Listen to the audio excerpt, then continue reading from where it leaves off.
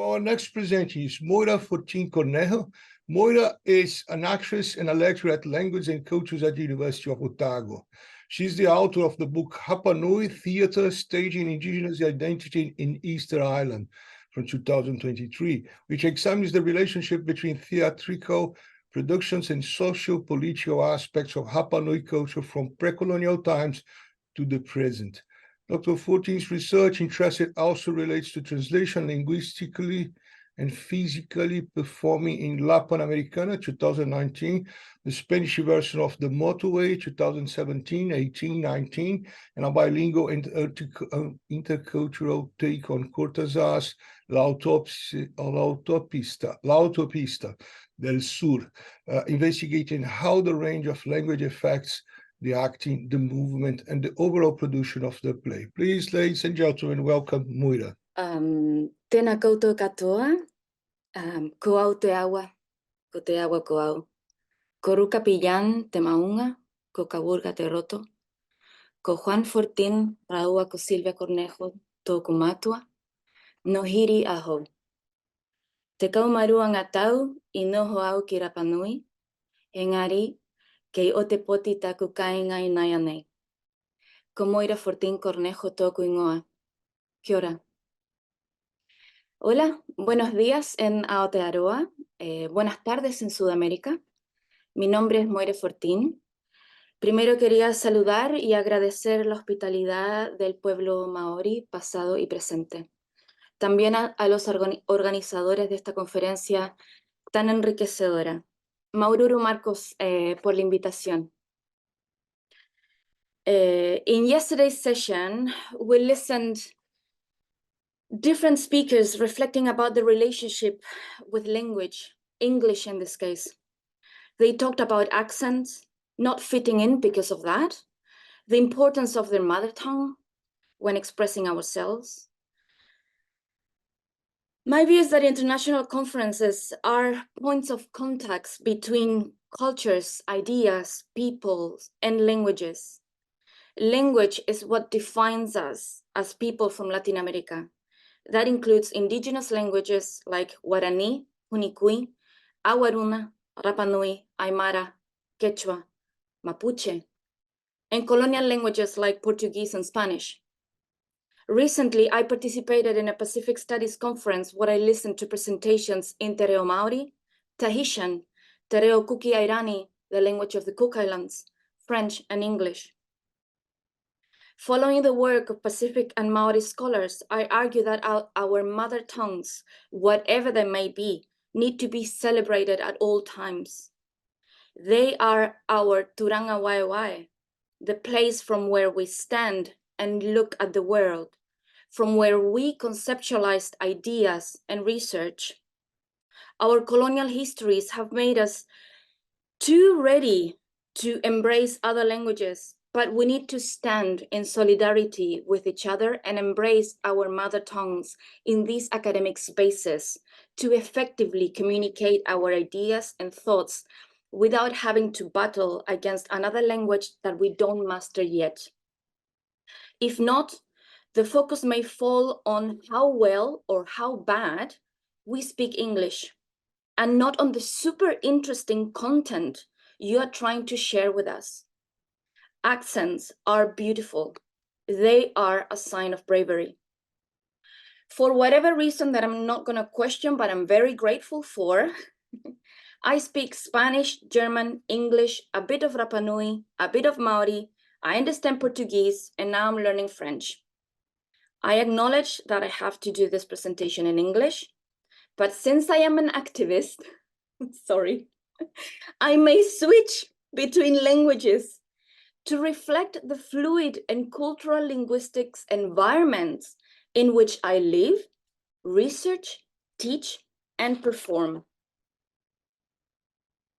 I will share with you 4 projects, very briefly, I have been involved with in the past. Some of them stopped after phase 1, others are work in progress, and others are in the thinking stage. So 100% future project, but hey, we'll see. So post-PhD, this sounds a little bit like postpartum, but in a sense it is. Post-PhD, I felt stuck with my life. And I came back to my roots. I started reading Latin American literature. I guess I was tired of reading academic literature and in English. So I literally sat at the library here at university and started reading novels in Spanish. I came across a text that I read when I was in high school, last millennia, in 1990. La Autopista del Sur, del escritor argentino Raúl Cortázar. The story is about a group of people who get stuck in traffic for weeks. So I use this situation to reflect on my own life moment and to help me move forward. With a group of colleagues who I normally collaborate with, Richard Hubert, German Kiwi theater director, and Sofia Kalogeropoulou, Greek choreographer, and myself, we created the theater version of La Autopista del Sur. That work entailed translation, the text into English, but also transpositioning this short story into theatrical language. At that time, we decided for the motorway, which was our first intake, sorry, the storyteller was a young woman. So the whole story was narrated through her perspective. We did this performance in 2017 at the Lunchtime Theatre Series here at the university, in 2018 at the Fringe Festival here in Dunedin, and 2019 at the Tahi Festival, the solo solo performance festival in Wellington. And then we thought, how about we go full circle and we translate our English version back into Spanish, and we created La Panamericana, this highway that runs across the whole American continent from the south of Chile all the way up to Alaska, if I'm not wrong. In this case, and because we were in a highly Catholic space, we decided that the nun would tell the story. In addition to that, we performed La Panamericana in 2019 at a joint conference. So we joined two conferences through this performance, the Spanish Symposium and a dance symposium. So I knew that linguistically, half of the audience would understand. The other half were dancers and non-Spanish speakers. So the challenge was to communicate the story. So that was the research. The challenge was to communicate the story to them and hope that they would engage with the work through the musicality of the language and the movement of the play. In the end, of course, we asked them how much they understood, and we were quite pleasantly surprised to see that they got quite a bit and in quite interesting detail. So I think that was a success in a very weird and amazing way. 2019 was a very busy year for me. I traveled to Santiago, landing with the view of Los Andes, which is very emotional to me, as Rodrigo explained yesterday. So yes, thank you for that. And when I got there, a colleague and friend, again, back to what Declan and the group before were just explaining, relationships is key, and friendship when you do research and collaboration. So a colleague and friend told me that she wanted to illustrate the play Doll's House, written by Norwegian Henrik Ibsen. Written in 1879, the play shows the life of a couple who lives within the current gender stereotype of that time. Through the illustrations, we wanted to look at the silences that the play provides, the moments when Nora, the main female character, is thinking and feeling. So how do we do that? And this is where we created this collage here. And we were not looking at the images, but we were looking at the feelings that some of these images gave us. So we're having an image of Buto, but here right immediately we have Mamma Mia, and you go like, what? But there is a moment in the play where Nora says, I did not grow up with a mother. So this idea of longing, maybe this might not be the best representation, but for a moment we thought, yeah, that gives us an idea of where is it that we need to start thinking. And also we also discovered, we also created an emotional map of Nora throughout the play, when she's upbeat and happy, and when she goes down, or when she's flat, or kind of like, okay, so what's going on in terms with her, in terms of her emotions. And then we also discovered that we had to create our own version of the text, because the Spanish version had too much commentary of the translator, almost telling us the moral ideal of how Nora should behave. And that was done through the husband's text. And we thought, like, this is not a good text. So we read different versions in different languages. And because we did not have any money to work with the Norwegian version and ask for a translation, a good translation, we kind of like took little bits and pieces of every single version and created our own in a Spanish relatable to the 21st century. The photographs taken of me does not mean the illustrations that my friend will create about this this play doesn't mean that Nora will look like me. She was interested in facial expressions, the position of the body, or how the body moves when you go inward or when you go outward, and what really happens. And she really wanted to see that experience. But COVID hit, plus a number of and variety of health issues on both sides of the pond stopped us from continuing. We wrote an article about this first stage process, and it was published, but we'll see what happens in the future. I'm really interested to see what's next with the illustration of this work. Las tesis 2020. This academic research project started during COVID, and in the end, this research project was what kept us sane during lockdowns. Super weird, but really grateful. We were a team of 3 that we kept tabs on each other during all this awful 2020 COVID situation.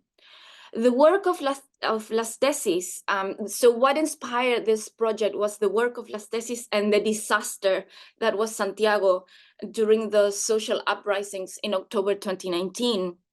We wrote about the work of Las Tesis and their 2-minute-long performance that went viral. Some of you may recognize the lyrics that you can see here. This research was published in this amazing book as in English, and later it was translated into Spanish and published as an article in Spain. And then we had a brilliant idea, and we thought, oh, how about we turn this research article, this academic article, into an illustrated book? And we all said, yes. The idea was to honor Las Tesis' work methods of sharing with the world and making academic knowledge accessible to everyday audiences. But we have to illustrate the article, and how the hell do we do that? So we contacted an amazing illustrator with whom I collaborated with previously. Her name is Rocío Troc. She's Chilean, based in France, and she was willing to give it a try. And these are some of the images. These are drafts. We envisioned 20 illustrations, so I cannot share them all yet. So, but once the images are finished, we need to rewrite everything again. The whole article, we need to rewrite it in a way that is understandable, compelling, no academic jargon, no fancy theories. And that in itself is a challenge. We're so used to academic writing that sometimes communicating ideas in a simple manner is a struggle. The poem that you see here is a poem wrote inspired by this image. This image is based on the story of Ramona Parra, who was a Chilean student, university student, if I'm not wrong, who was killed in a protest.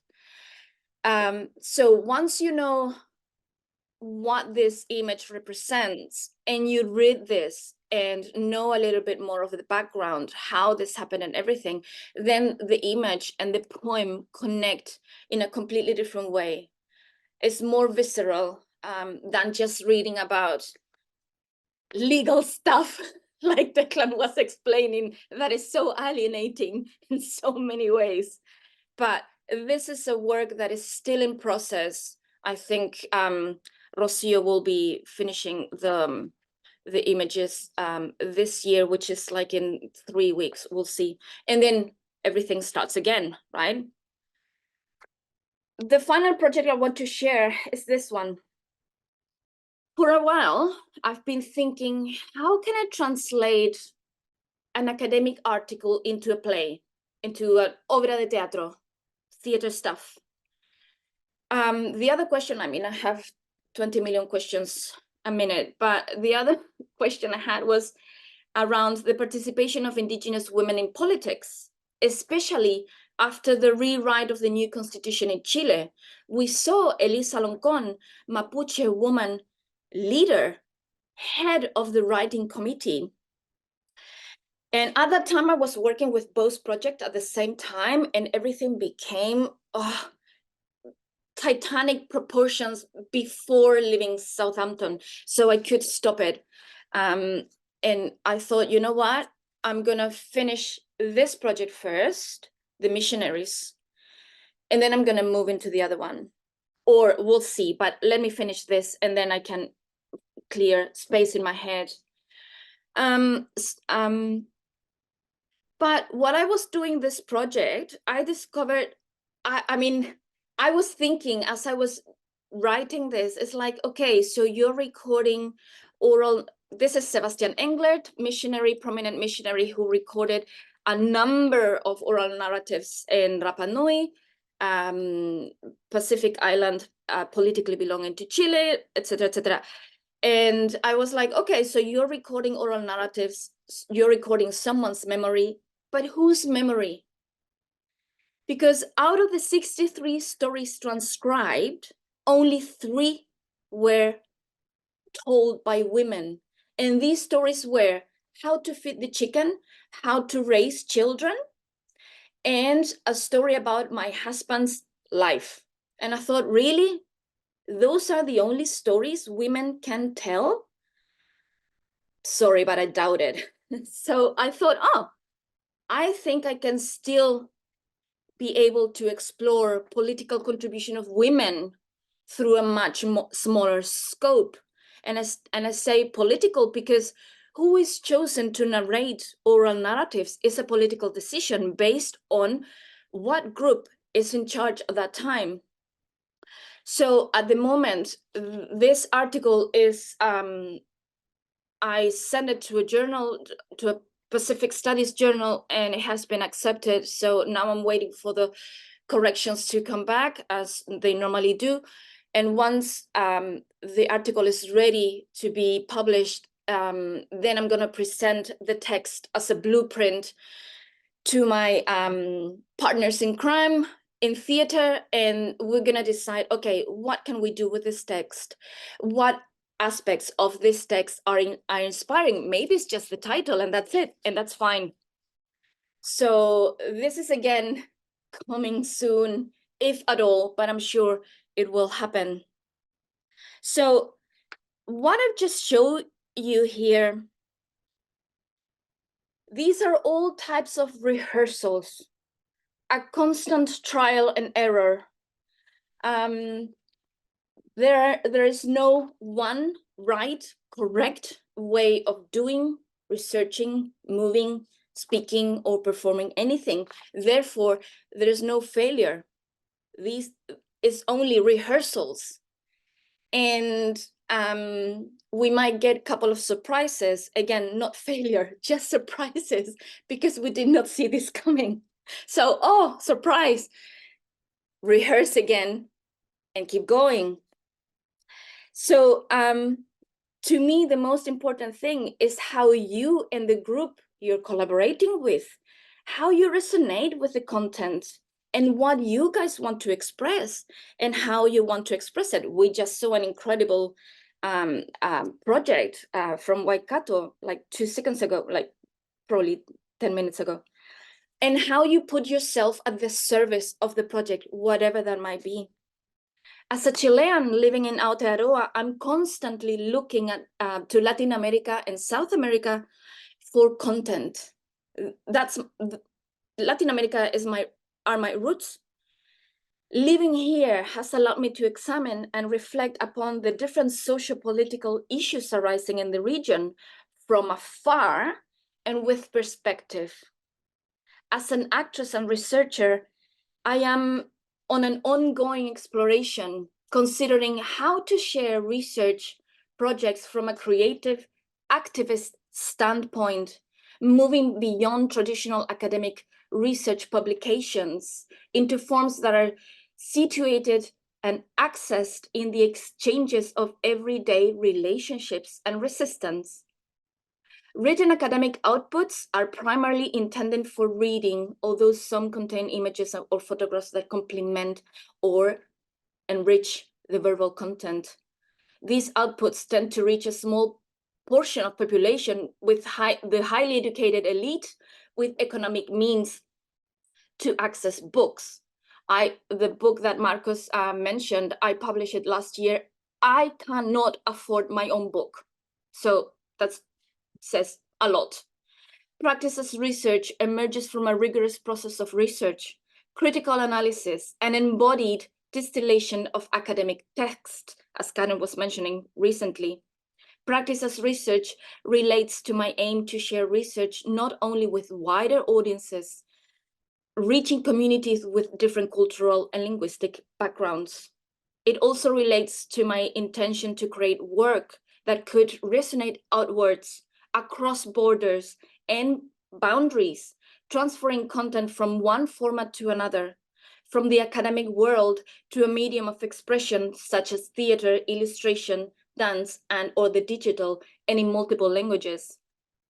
Working across languages, Spanish, English, German, French, and indigenous epistemologies has enabled me to work collectively and in collaboration with other artists, researchers, and activists.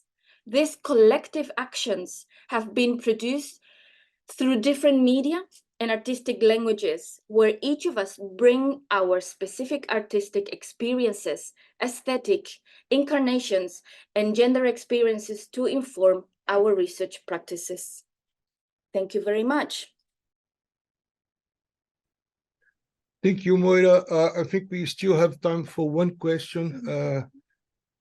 It is, Moira, ao transitar entre tantos idiomas, como você avalia que as diferentes línguas impactam o modo como as pessoas expressam seu conhecimento e individualidade?